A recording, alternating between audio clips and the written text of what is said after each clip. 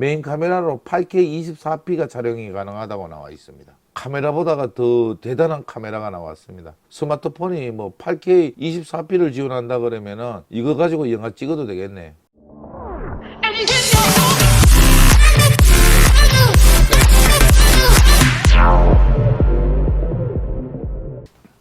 안녕하세요. 반갑습니다. 사진가를 위한 포토샵 배우기 밴드의 리더 강사 이상은입니다.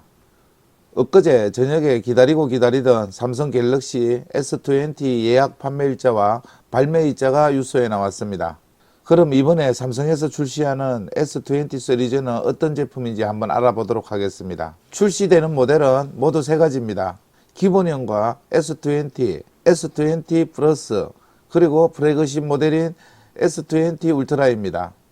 S20 플러스만 해도 6,400만 화소로 나온 소니의 알파7 R4의 6,100만 화소 수를 뛰어넘었습니다. 그것도 모자라서 갤럭시 S20 울트라는 1억을 넘겨 1억 800만 화소입니다. 제 카메라 Z7이 4,575만 화소인데 2배가 넘네요. 오늘 저는 일반 스마트폰을 사용하는 사람들 중에 한 사람으로서의 견해를 말하려고 하는 게 아닙니다. 사진작가로서 삼성 갤럭시 S20를 우리가 현재 사용하고 있는 최상위 모델과 한번 비교해 보려 합니다. 그러니까 1억 800만이라는 하소를 가지고 나온 스마트폰이 과연 프로 사진작가들이 사용하는 사진 전문 카메라의 영역을 조금이라도 감당할 수 있을까 하는 것을 알아보려고 합니다. 그래서 오늘 여기서 삼성 갤럭시 S20 시리즈 중에서 최상위 플래그십 기종인 S20 울트라만 비교하도록 하겠습니다. 그 이유는 S20 울트라만 1억 800만 화소를 가졌기 때문입니다. 그래서 그 아래 하위 기종 S20, S20 플러스는 제외하도록 하겠습니다. 오늘 함께 비교할 첫 번째 선수를 소개하겠습니다. 니콘 미러리스 카메라 중에서 제일 잘 나가고 평점이 제일 좋은 모델 니콘 Z7입니다. 그리고 두 번째 선수를 소개하겠습니다. 소니에서 새로 나온 따끈따끈한 미러리스 카메라 알파7 R4입니다. 그리고 마지막으로 이제 막 출시될 예정인 1억 800만 화소의 삼성 갤럭시 S20 울트라입니다. 이게 과연 비교 대상이 될까 하시는 분들도 많을 겁니다. 사진 촬영을 전문으로 나온 카메라와 스마트폰에 붙어있는 부속된 카메라를 사진으로 비교한다는 것은 어찌 보면 무의미하다고 말하시는 분들도 있을 겁니다. 하지만 현재 스마트폰 카메라들이 하이엔드 D가까지 다 잡아먹고 올라오고 있습니다. 현재는 고급 기종인 DSLR과 미러리스 카메라 시장에 고화소, 망원 렌즈, 초광각 렌즈를 탑재하고 선전포고를 하면서 막 들어서고 있습니다. 사진은 하소의 싸움이 아닌 것을 잘 알고 있습니다. 하지만 고화소가 확실히 사진의 화질을 좌우하는 가장 큰 요인인 것은 어느 누구도 부정하지 않을 것입니다. 스마트폰의 카메라가 현재 어느 정도의 기술력을 가지고 있는지를 알아보고 향후 카메라 시장에 미칠 영향을 한번 짚어보는 계기로 이 영상을 제작하였습니다. 출시되어 현재 판매되고 있는 현역 미러리스 카메라 니콘 Z7과 소니 알파7 R4는 모든 스펙이 공개되어 있습니다. 하지만 삼성 갤럭시 S20 울트라는 일부의 정보만 유출되어 있는 상태입니다. 오는 2월 22일 미국 샌프란시스코 언팩 행사에서 모든 스펙을 공개한다고 합니다. 현재까지 유출된 정보와 현재 출시하여 판매되고 있는 갤럭시 S10 플러스와 노트 10 플러스 그리고 삼성 카메라가 들어간 샤오미 CC9의 카메라를 면밀히 분석하고 그것을 토대로 비교하였습니다. 일단 결론부터 말씀드리자면 저는 삼성 갤럭시 S20 울트라를 사전 예약 기간에 구매할 예정입니다. 자, 그럼 이제부터 본격적으로 이 세 제품을 비교해 보도록 하겠습니다. 먼저 니콘 Z7의 외형부터 한번 살펴보도록 하겠습니다. 니콘에서 미러리스로는 처음으로 출시된 그런 제품입니다. 2018년도 DSLR 카메라에서 최고의 베스트셀러인 D850의 센서를 그대로 가져오고 나머지 인터페이스도 미러리스에 맞게 고쳐서 출시한 고화소 고성능 카메라입니다. 2019년 9월에 소니에서 고화소 미러리스 카메라인 니콘의 Z7을 잡기 위해서 출시한 알파7 R4입니다. 알파7 R4의 외형 모습입니다. 특히 젊은 세대에서 호평을 받았던 알파7 R3의 후속 모델로 6100만 화소라는 어마어마한 화소수를 가지고 출시된 카메라입니다. 이번에는 갤럭시 S20 울트라입니다. 1억 800만 화소를 가지고 나온 어마어마한 괴물 스마트폰입니다. 유출된 정보도 제품의 홍보를 위해 의도적으로 흘렸다고 보는 것이 맞습니다. 하지만 언팩 행사의 임팩트를 위해서 가장 중요한 무언가는 아직 숨기고 있을 것이 확실합니다. 그 무언가가 엄청 기대가 됩니다. 자, 그럼 스펙부터 한번 보도록 하겠습니다. 먼저 출시 연월입니다. Z7은 2018년 8월 23일, 알파7 알포는 2019년 9월 1일, 갤럭시 S20 울트라는 2020년 3월 6일 예정입니다. 가격은 Z7이 287만원, 알파7 알포가 359만원, 그리고 울트라가 160만원 예정가입니다. 그리고 제품을 분류를 해보면은 Z7은 미러리스, 알파7 알포도 미러리스, 그리고 갤럭시 S20 울트라는 모바일 스마트폰이 되겠습니다. 무게는 Z7이 렌즈 미포함해서 675g, 알파7 알포가 665g, 갤럭시 S20 울트라가 221g. 이거는 예전보다 좀 무거워진 거예요.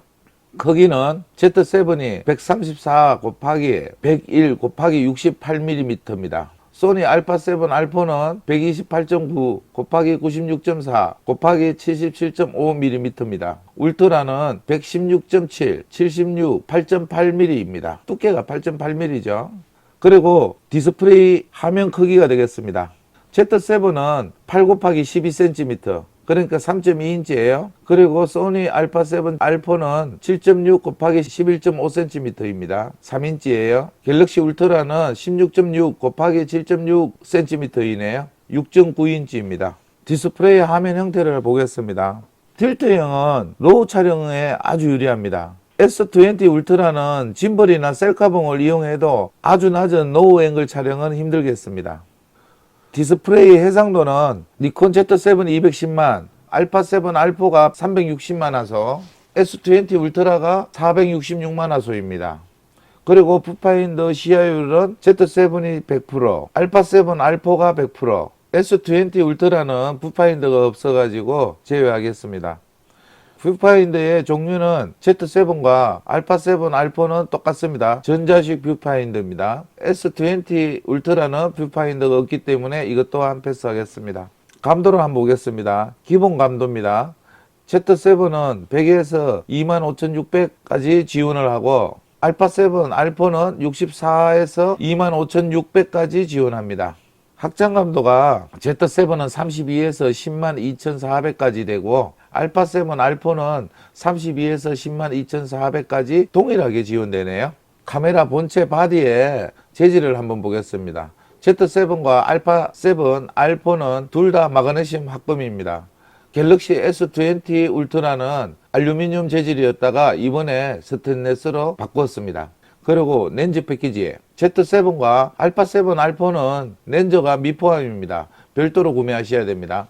갤럭시 S20 울트라는 광각, 표준, 망원, 그리고 TOF, 심도 렌즈까지 내장이 되어 있습니다.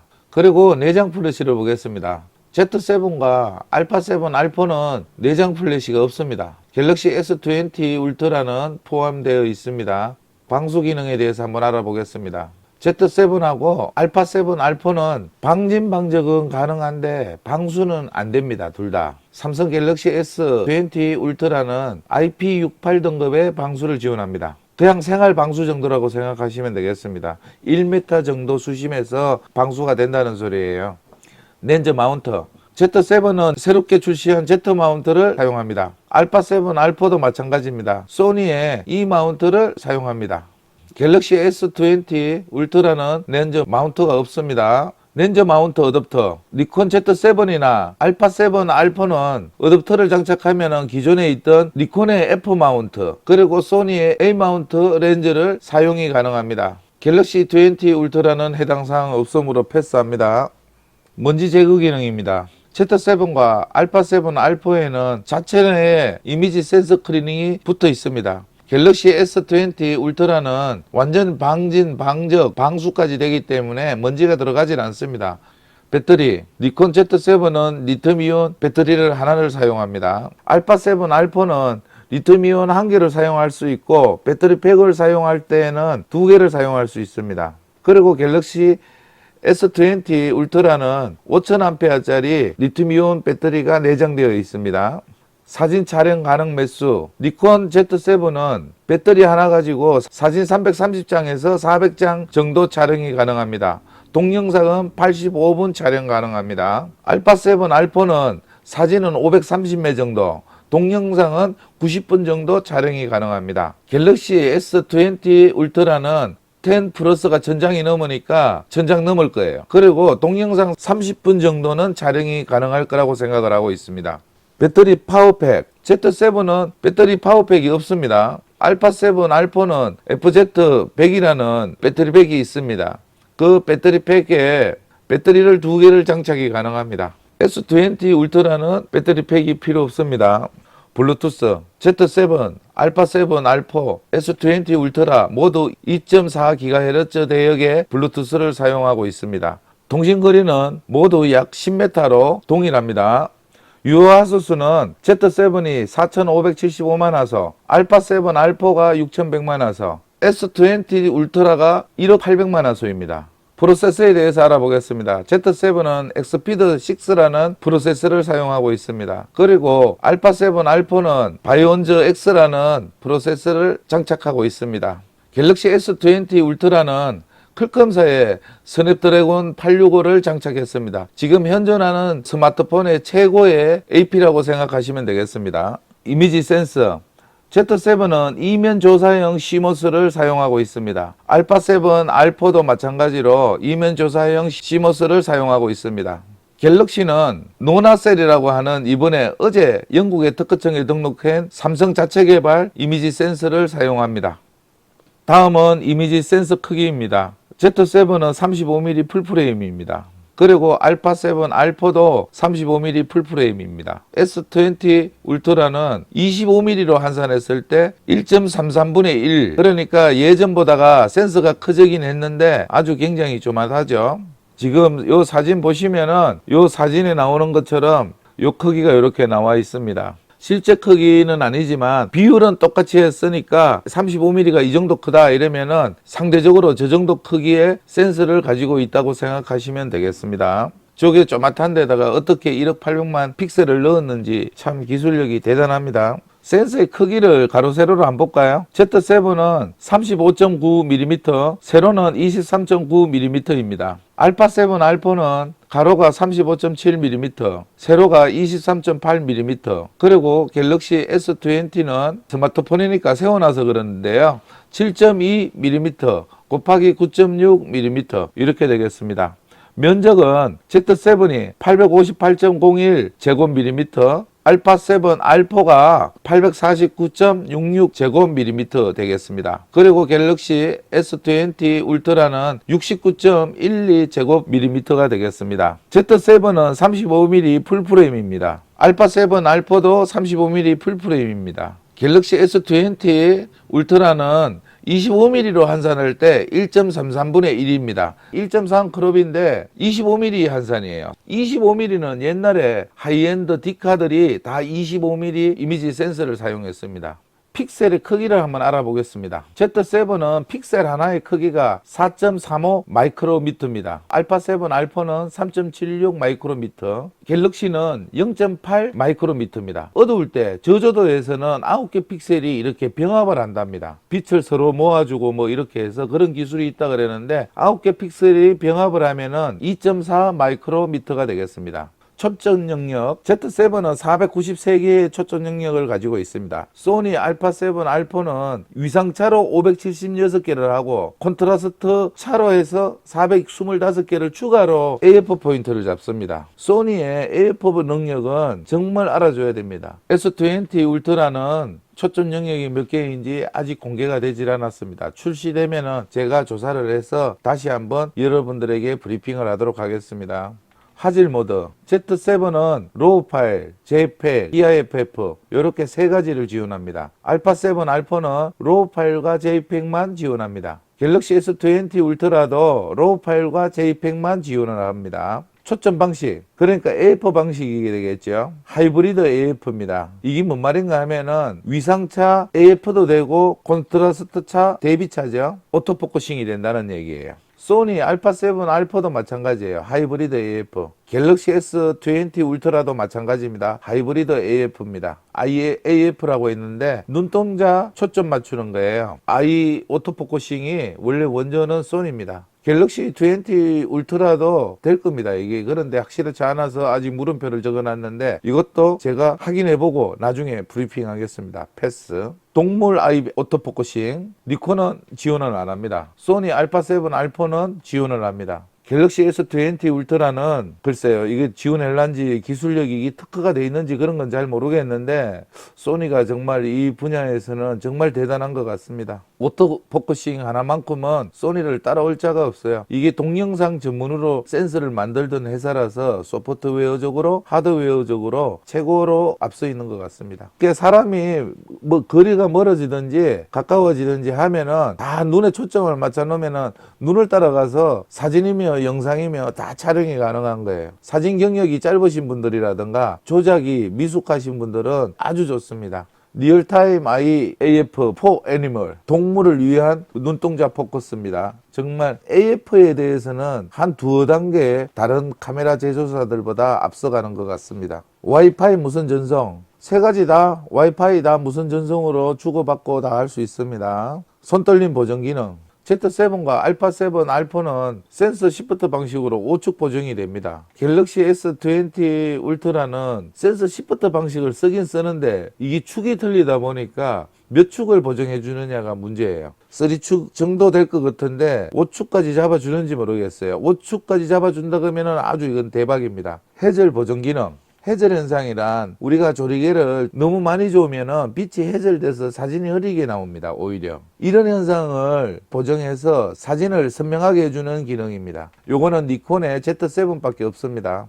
특수 촬영 Z7은 HDR 촬영이 가능합니다. 알파7 알파는 16번의 픽셀 시프트 촬영입니다. 한 곳을 16번을 촬영해 가지고 그 픽셀을 합치는 거예요. 어마무지하게 선명한 사진을 얻을 수 있습니다. 그런데 움직이는 사진은 안 됩니다. 갤럭시 S20 울트라에서는 이렇게 쭉 찍으면은 자동 병합 파노라마 쉽게 파노라마를 촬영할 수 있는 그런 기능이 있습니다. 로우 파일 Z7과 알파7 알파는 4비트 로우 파일을 지원합니다. S20 울트라는 희망사항인데 좋으면은 12비트고 아니면은 10비트나 8비트 정도 될 거예요.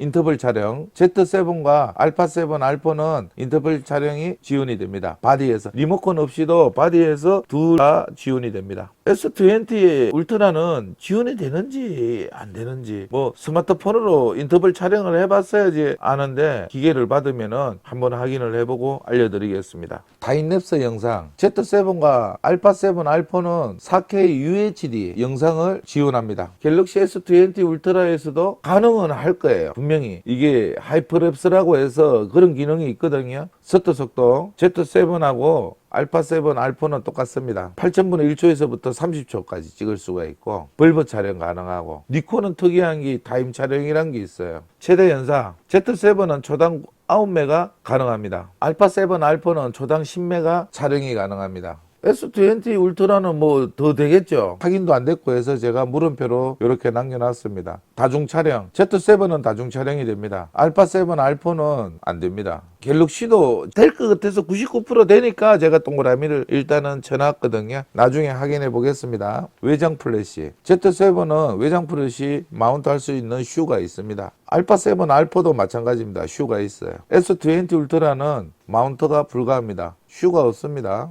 자, 기록 매체를 한번 보겠습니다. Z7은 참 이게 아쉽습니다. XQD 하나 딱 들어가는 거예요. 최고 큰 게 128기가거든요. 그런데 요번에 이제 새로이 하나 더 CF 익스프레스 카드를 넣을 수 있다고 그랬는데 그거를 펌웨어 업데이트를 해야지 CF 익스프레스 카드를 사용할 수 있다고 합니다. 알파7 알파는 SD 두얼 슬롯을 사용할 수 있습니다. UHS 1이나 2 메모리 카드를 사용할 수 있습니다. S20 울트라는 자체 내에 그 내장 메모리가 512기가까지 가능합니다. 그리고 보조 추가 외장 SD로 최대 1테라까지 지원이 가능합니다. 셀프 타이머입니다. 셀프 타이머는 카메라 회사마다 그 시간이 다 똑같은 것 같아요. 2초, 5초, 10초, 20초 네 가지. 적광 방식 Z7은 찰상 소자에 의한 TTL 적광 방식, 알파7 알포는 익스모르 R 시모스 센스 1200존 분할 적광이라고 하네요. 아유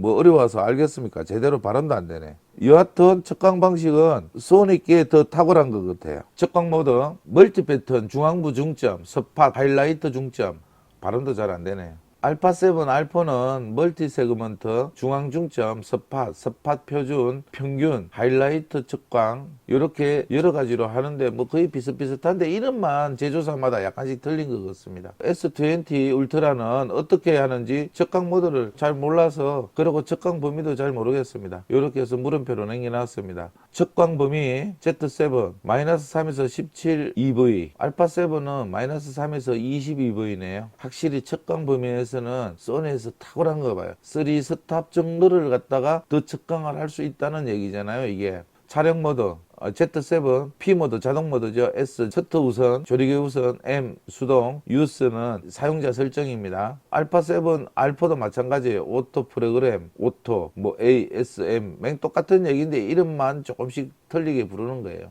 S20 울트라는 뭐 오토하고 프로 모드가 있습니다. 프로 모드로 들어가면은 조리개 우선, 셔터 우선 뭐 이렇게 하는 게 있는데 크게 보면은 오토하고 프로 모드하고 두 가지라고 보시면 되겠습니다.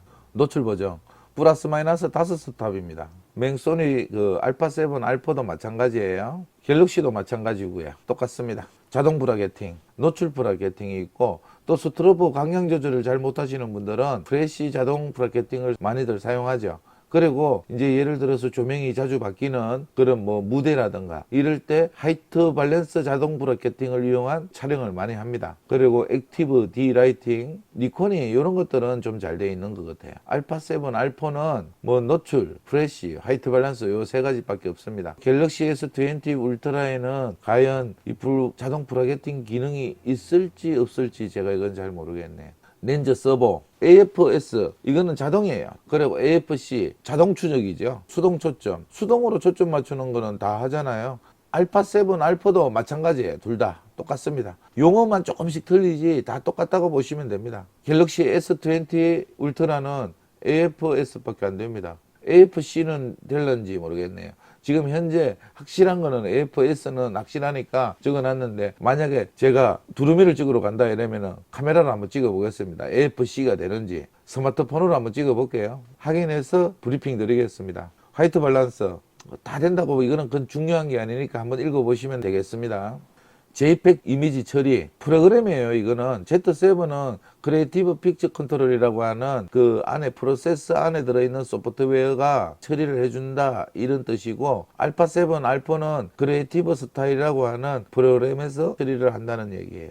갤럭시 S20 울트라에도 어떠한 그 프로그램이 있을 건데 아주 이게 대단한 게 나올 것 같아요. 제가 봐서는 1억 800만 화소의 이미지를 처리하려고 그러면은 광학적으로 하드웨어적으로 기능보다는 소프트웨어적으로 처리를 하려고 그러면은 아주 그 프로그램이 중요합니다. 흔들림 방지 기능 효과 Z7은 5단계를 해주는 거예요. 그리고 알파7 알포는 5.5단계를 보정해 줍니다. 갤럭시 S20 울트라도 5단계 보정이라고 적어놨습니다. 그리고 무음 촬영입니다. 그 Z7, 알파7, 알포, S20 울트라 모두 지원되겠죠. 동영상 촬영에 대해서 한번 알아보겠습니다. Z7은 4K UHD 30p를 지원합니다. 알파7 알포도 4K 30p를 지원합니다. 갤럭시 S20 울트라 이거 대박입니다. 메인 카메라로 8K 24p가 촬영이 가능하다고 나와 있습니다. 카메라보다가 더 대단한 카메라가 나왔습니다. 스마트폰이 뭐 8K 24p를 지원한다 그러면은 이거 가지고 영화 찍어도 되겠네. 전면 카메라, 셀카 찍는 카메라 있잖아요. 그걸로는 4K 60p를 지원한다고 합니다. 어마묵지합니다. 이거는 어마묵지하죠. Z7보다 동영상은 훨씬 낫고요. 알파7 알포보다도 대단한 겁니다. 이거는 영화 찍어도 되겠습니다. 동영상 포맷은 뭐 4K UHD, 풀 HD, 뭐 로우. 알파7 알포도 똑같습니다. 4K UHD 지원되고요. 갤럭시 S20 울트라에서는 8K, 4K 포맷을 지원합니다. 동영상 흔들림 방지 Z7과 갤럭시는 5단계, 소니 알파7 알포는 5.5단계, 0.5단계가 더 많네요. 다음은 슬로우 모션 촬영. 풀 HD 120p를 Z7은 지원하고요. 알파7 알포는 1프레임, 2프레임, 4프레임, 8프레임, 15프레임, 30프레임, 60프레임, 120프레임이 있네요. S20 울트라를 한번 보겠습니다. 이건 완전 뭐 대박이네요. 풀 HD로 960프레임? 1초에 960장을 찍는다는 거예요. 1초에 960장을 풀 HD로. UHD로는 240장을 찍고, 영상 촬영 중 사진 촬영. 세 가지 모델 다 영상과 동일한 크기의 사진 촬영이 가능합니다. 영상 촬영 시간. Z7은 30분 촬영 가능하고요. 알파7 알파는 105분. S20 울트라는 아직 확인이 안 되었습니다. 이제 제가 준비한 비교 테스트는 모두 끝났습니다. 이렇게 미러리스 Z7과 소니 알파7, 알포, 갤럭시 S20 울트라의 카메라 비교였습니다. 스펙상으로 비교를 한 것이라 좀 애매하기는 하지만 디지털한 것이 원래 스펙이 좋아야 기능적으로 좋습니다. 개인적으로 총평을 한번 해보겠습니다. 주경, 조명이 확보된 실내, 일반적인 촬영 상태에서는 갤럭시 S20 울트라도 전문 카메라 Z7과 알파7, 알포 못지않는 훌륭한 사진을 출력해 줄 것을 의심치 않습니다. 그러나 작은 센서의 한계로 저조도, 즉 야경 촬영이나 은하수 같은 장노출 사진은 힘들 것 같습니다. 또 장망원을 장착하고 삼각대에 거치를 해서 촬영을 해야 하는 조류 사진, 이런 경우에도 삼각대 마운트 등의 문제로 Z7과 알파7, 알포처럼 결과물은 얻지 못할 것입니다. 광원이 확보된 주경과 실내 사진에서는 휴대가 간편한 갤럭시 S20 울트라는 최고의 서브 카메라가 될 것을 확신합니다. 두 전문 카메라보다 월등히 좋은 점도 있습니다. 슬로우 모션 촬영이나 자동 병합 파노라마 사진 같은 것은 정말 환상적입니다. 오늘은 여기까지만 하겠습니다. 일단 갤럭시 S20 울트라를 수령하게 되면 바로 은하수도 한번 촬영해보고 두루미도 한번 찍어보고 하겠습니다. 그리고 동영상 촬영도 한번 해보겠습니다. 이 영상이 도움이 되셨다면 구독과 좋아요 한번 눌러주시면 정말 감사하겠습니다. 여러분이 눌러주시는 구독 두 글자의 사랑에 저는 온 힘을 다해서 영상을 만들어 나갈 것입니다. 여러분들이 구독이라고 써주시면 저는 사랑으로 읽겠습니다. 감사합니다. 갤럭시 S 울트라 렛츠고!